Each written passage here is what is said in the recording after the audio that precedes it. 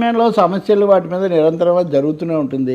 ఇలా చెయ్యమనే కదా చెప్తూ వచ్చింది. ప్రతిపక్షంగా మీరు ప్రజల సమస్యల మీద గొంతు విప్పండి, ప్రజల సమస్యల మీద మీరు ప్రజాస్వామికంగా ఆందోళన చేయండి, ప్రభుత్వం దృష్టికి తీసుకురండి, అధికారుల దృష్టికి తీసుకురండి. మీరు ఎంతసేపు మీ కేసులు, ముందస్తు బెయిళ్ళు, సోషల్ మీడియా, లేకపోతే మేము చిటికెలో మళ్ళీ కన్ను మూసి తెరిచే లోపల అధికారంలోకి వస్తాం, ఇవి కాదు. అదే ఎవరు రారు. అట్లా కన్ను మూసి తెరిచే లోపల ఎవరు అధికారంలోకి రారు.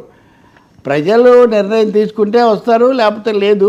ఇంకా 3-in-1 లాగా ఒకటేసారి 3 అనౌన్స్ చేశారు ఆయన. 6 నెలల పాటు ఊరుకుంటే 6 నెలల కోట 1 నెలలోనే పూర్తి చేయాలనుకుంటున్నాడు. ఇప్పుడు అది కూడా ఒక సమస్య. ఇంకా దట్ ఈస్ జగన్మోహన్ రెడ్డి. ఇప్పుడు అదే తారక మంత్రాలలాగా ఇంక ఉద్యమం చేయాలంటే వెంటనే 3 వీటన్నిటి మీద కమ్యూనిస్టులు అంటే వాళ్ళు ఎప్పటికప్పుడు చేస్తున్నారు. ఏదో విద్యుత్ శక్తి మీద రౌండ్ టేబుల్ పెట్టారు.